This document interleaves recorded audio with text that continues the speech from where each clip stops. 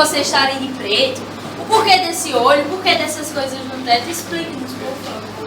Boa tarde, senhores e senhoras. Somos jornalistas do nosso trabalho, referente à maçonaria e a grandiosa Revolução Pernambucana. Passo a palavra para a O que é a maçonaria? É uma instituição essencialmente filosófica, filantrópica, progressiva e educativa. É uma irmandade universal, é uma sociedade discreta, onde seus interesses só são representados apenas aqueles que participam. E afinal, quais são seus princípios? A liberdade dos indivíduos e dos seres humanos, sejam eles instituições, grupos ou nações, a igualdade de direitos e obrigação de ser grupos sem distinguir religião, raça ou nacionalidade. A fraternidade entre todos os homens, já que somos todos filhos do mesmo Criador. E, portanto, como consequência, a fraternidade entre todas as nações. Mas ela é religiosa? Sim, é religiosa, porque reconhece a existência de um único princípio criador, regulador, absoluto, supremo e infinito, ao qual se dá o nome de grande arquiteto do universo, porque é uma entidade espiritualista em contraposição ao predomínio do materialismo.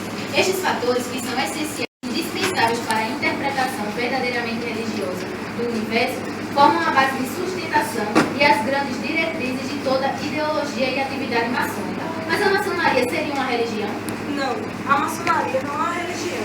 É uma sociedade que tem por objetivo unir os homens entre si, uma união recíproca.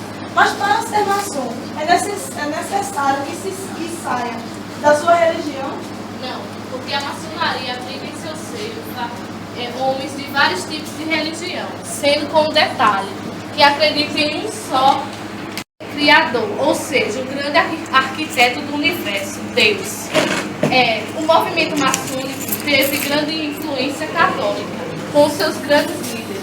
E os desses líderes são Pedro Calvo, Frei Miguelino, Pedro Calvo, Frei Miguelino e Frei Caneca, e entre outros. Mas o que é o certo, a maçonaria combate? A ignorância, o fanatismo, a satisfação, a dominação e os privilégios. Ela é uma sociedade secreta? Não, pela simples razão que sua existência é amplamente conhecida. As autoridades de vários países lhe concedem personalidade jurídica. Seus fins são amplamente difundidos em dicionários, enciclopédias, livros de história, etc. O único segredo que não se conhece, se não por meio dessa instituição, são os modos de interpretação dos seus símbolos e como reconhecer os maçons entre si em qualquer parte do mundo. E quais foram as principais obras da maçonaria no Brasil?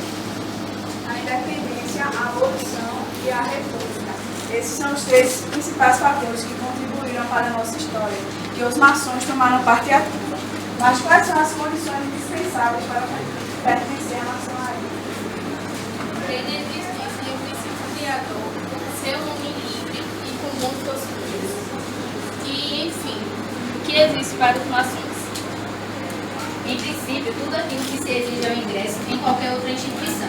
Respeito aos seus estatutos, regulamentos e acatamento às resoluções da maioria, tomadas de acordo com os princípios que as regem. Amor à pátria, respeito aos governos legalmente constituídos, acatamento às leis dos países que viva, etc. O que se obtém sendo maçom? A possibilidade de aperfeiçoar-se, de instruir-se, de disciplinar-se, de conviver com pessoas que, com suas palavras, com suas obras, podem constituir-se em exemplos, encontrar afetos fraternais em qualquer lugar em que se esteja, dentro ou fora do país. Finalmente, a enorme satisfação de haver contribuído, mesmo em pequena parcela, para a obra geral, grandiosa, levada a efeito pelos homens. Maçonaria não é considerada possível controvérsia, senão na base de respeito à personalidade, à justiça social e, entre estreita, a solidariedade entre os homens que ostentam o seu lema, liberdade, igualdade e fraternidade. O canadiense comemora o dia 6 de março de cada ano, no dia de Pernambuco, fazendo homenagem aos grandes heróis da Revolução de 1817, como a Sessão Magna. Com esta sessão magna, pretendemos alertar a história no que foi omissa, para a importância que Pernambuco teve no processo político e social do Brasil, reafirmando que a nossa maioridade política começou aqui, irrigada com o sangue dos que fizeram a Revolução de 1817, formando irreversível o processo da independência. Bem, senhores, declara a nossa sessão iniciada. Os ocupados seus postos, os convidados e as autoridades ocuparam seus lugares. Já podemos dar início ao nosso trabalho.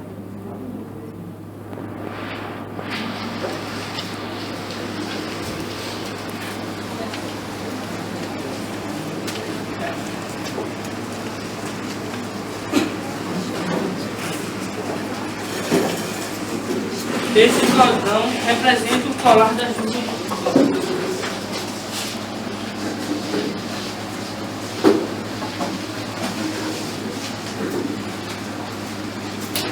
Em loja, meus irmãos, cunhadas, sobrinhos, sobrinhas, senhores e senhoras, os maçons não começam seus trabalhos, senão depois de ser pedido o auxílio do grande arquiteto do universo, irmão orador.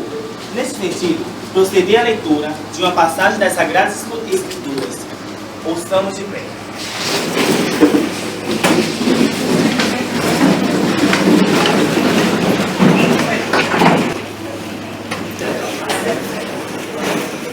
Irmão mestre de cerimônia, acendei a vira, cujas chamas simbolizam os ideais da Revolução de 1817, os quais nunca deveram ser esquecidos.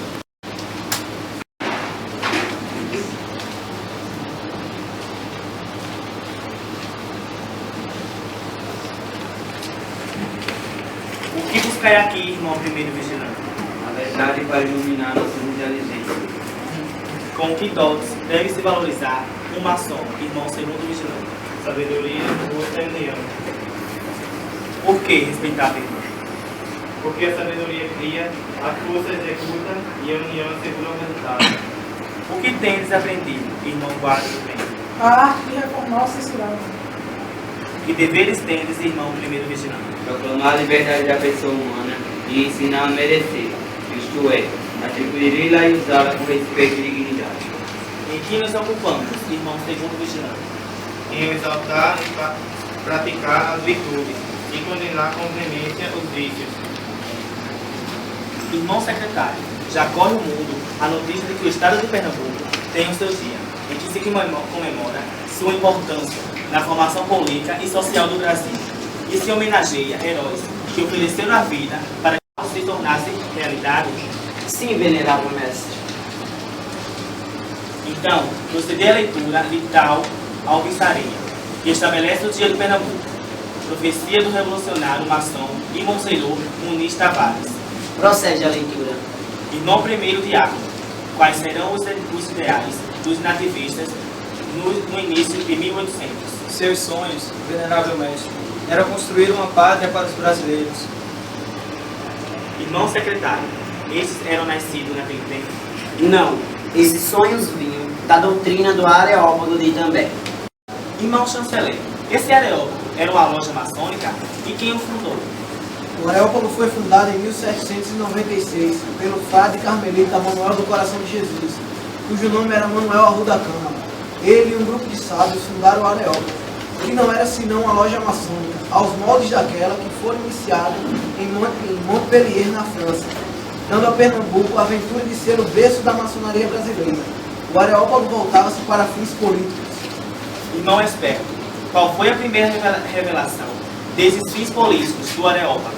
A conspirada dissuasão em 1801, quando se pretendia a independência, tornando-se uma república sob o protetorado de Napoleão. Mas a tentativa malogrou e o Areópago cerrou sua porta. Irmão segundo diácono, os areopagistas de Itambé encerraram aí os seus sonhos? De jeito nenhum, venerável mestre. Eles se repartiram em dois grupos: a Academia do Paraíso, sob o veneralato do Padre João Ribeiro, e a Academia do Suassuna, sob o veneralato do Coronel Francisco de Paula Cavalcante de Albuquerque. Os doutrinadores se reuniram na Academia do Paraíso e os milicianos eram treinados sob a direção da Academia do Suassuna. Irmão hospitaleiro, por que a opção pelo nome de academia em vez de loja? Naquele tempo, se descoberto o maçom era o mesmo que tinha encontrado o caminho para a primeira capital. A academia construiu o objetivo maçônico da agremiação. Aquela academia era a loja maçônica, que justamente com outras oficinas o mesmo objetivo, preparada a revolução de 1817. Irmão tesoureiro, que outras lojas existiram em Pernambuco ao ensejo da Revolução? Academia do Paraíso, Academia de Suassuna, Distrito de Garaçu, Pernambuco do Oriente, Pernambuco do Ocidente. Em suas direções encontravam-se Padre João Ribeiro, seu Francisco Cavalcante Albuquerque, Antônio Carlos Ribeiro de Andrade, Antônio Gonçalves de Cruz e Cabo Gado, e Domingo José Martins. Desejo ressaltar, venerável mestre, que o termo de comprometimento e a graça e ignorância restringiram a aquisição de adeptos em todas as províncias, exceto a de Pernambuco, que já em 1816 contava debaixo da direção de uma grande loja provincial, 5 lojas regulares compostas de pessoas distintas por ciência e virtude. Irmão orador, a Revolução de 1817 era regional? Não. A Revolução se destinava a proclamar a independência do Brasil, com a implantação de uma república. Era a sonhada construção de uma pátria para os brasileiros. Irmão primeiro de A, a Revolução estava prevista para 6 de março? Não. A Revolução estava prevista para 8 de abril, quando se daria a coroação do rei. Foi antecipada para 6 de março, em virtude de desentendimentos do comando militar português com alguns oficiais brasileiros, resultando na antecipação do movimento para um mês antes e inibindo a decisão de maior quantidade para as províncias. Irmão secretário, implantada a Revolução, quem foi eleito para governar a nova República? Foram eleitos maçons: Domingos José Martins, representando o comércio; Domingos Teotônio Jorge, representando os militares; Padre João Ribeiro, representando o clero; José Luiz de Mendonça, representando a justiça; Manuel Correia de Araújo, representando a agricultura. Foi convocado por esses um corpo de auxiliares, composto dos seguintes patriotas: Padre Miguel Joaquim de Almeida Castro, representando o secretário; Padre Pedro de Souza Tenório, de Itamaracá, ajudante; José Carlos Mariquim, administração. Para conselheiros foram nomeados Antônio Carlos Ribeiro de Andrade, Antônio de Moraes e Silva, Bernardo Luiz Pereira Portugal, Gervásio Pires Ferreira de Manuel e Pereira Caldas. Irmão chanceler, que tipo de estrutura organizacional o governo provisório deliniciou? O governo produziu uma lei orgânica, Constituição, na qual se compreendeu justiça gratuita, juízes sem remuneração, liberdade de imprensa e absoluta tolerância religiosa. Desenvolveu gestão no sentido da abolição da escravatura e estimulou no seminário de Olinda a geração da nossa universidade. Irmão mestre de cerimônia, quanto tempo durou a República da Revolução e que destino tiveram os seus líderes? A Revolução durou 75 dias e foi esmagada pela dinastia reinante, a de Bragança. Seus líderes-chefes foram enforcados e fuzilados, e os demais presos para cumprimento de pena nos calabouços da Bahia. Pernambuco teve seu território mutilado, desmembrando-se as planícies férteis das Alagoas. Irmão segundo vigilante, que lembranças da Revolução nos foram legadas? Pode citar alguns depoimentos e até respeito, sabendo que a história do Brasil tem se omitido de fazer. Sim, venerável mestre, leio o depoimento do escritor e professor de História Mário Quintas, que passa a ler. A Revolução de 17 representa a mais íntima expressão de nosso nativismo e a mais completa manifestação do sentimento brasileiro. Não foi uma quartelada, nem teve sentido local, nem pessoal, é dirigido contra o sistema vigente. Estava preparado no país inteiro, tinha caráter nacional. Instalaria a 6 de abril, dia da coroação do rei. Antecipou-se Pernambuco, falhando por isto a solidariedade das outras províncias, especialmente do Rio e Bahia. O construtor da Revolução foi o grande Arruda da Câmara, agricultor que não colheu o fruto do seu trabalho. Foi preparada por um grupo de idealistas, tendo à frente Domingos José Martins e o padre João Ribeiro.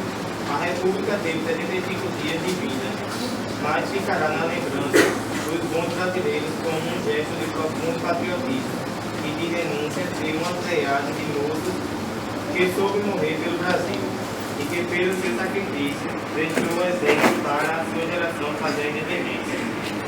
Primeiro vigilante, podes nos acudir com um depoimento mais remoto? Sim, venerável mestre.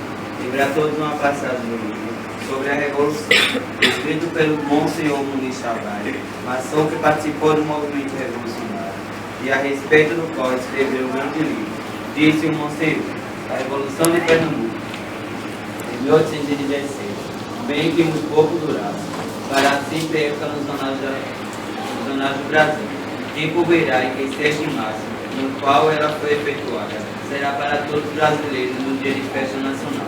Pernambuco da Citinha Área, ilustrado na sanguinolenta luta, que por longo decurso de anos, desprovidos de meios, abandonada a si só, valorosamente sustentada contra uma das mais poderosas nações marítimas da Europa, defendendo a sua alma, o seu território, a despeito das reiteradas ordens do time do Bragança. Com a Revolução indicada, conquistou imprescindível direito da veneração dos amigos sinceros da liberdade. Estes não poderão esquecer jamais que foi esta província que primeiro deu o sinal do Brasil, e ter chegado ao momento tão suspirado de entrar no gozo dos seus bens imensos, que é a província portuguesa, por espaço de 3 séculos Cristo. Foi ela que lhe apresentou a grande carta de emancipação civil e política, Pouso de Salvador, Bahia.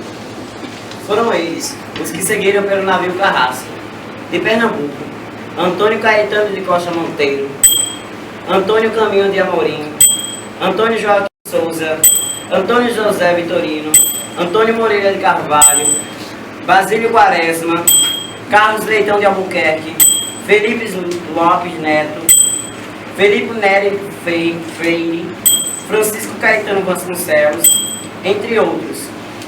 Da Paraíba, 13 revolucionários. Do Rio Grande do Norte, 8 revolucionários. Do Ceará, 21 revolucionários, dentre eles a senhora Bárbara Pereira de Alencar. Irmão orador, apresentai-nos a nominata dos revolucionários que tiveram a vida ceifada para que nos tornasse possível uma pátria para os brasileiros, de pé em respeito à homenagem aos mártires.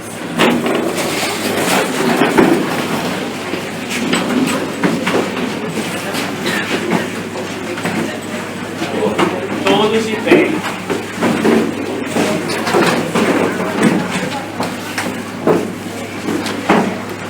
Foram eles: Mário Gomes da Silva Coutinho, enforcado no Recife a 21 de agosto de 1817. Antônio Henrique de Rebelo, enforcado no Recife a 5 de junho de 1817. Antônio Pereira de Albuquerque, enforcado no Recife a 6 de nove de 1817. Domingos José Martins, fuzilado na Bahia a 12 de julho de 1817. Tetônio Jorge Martins Pessoa, enforcado no Recife a 10 de 7 de 1817.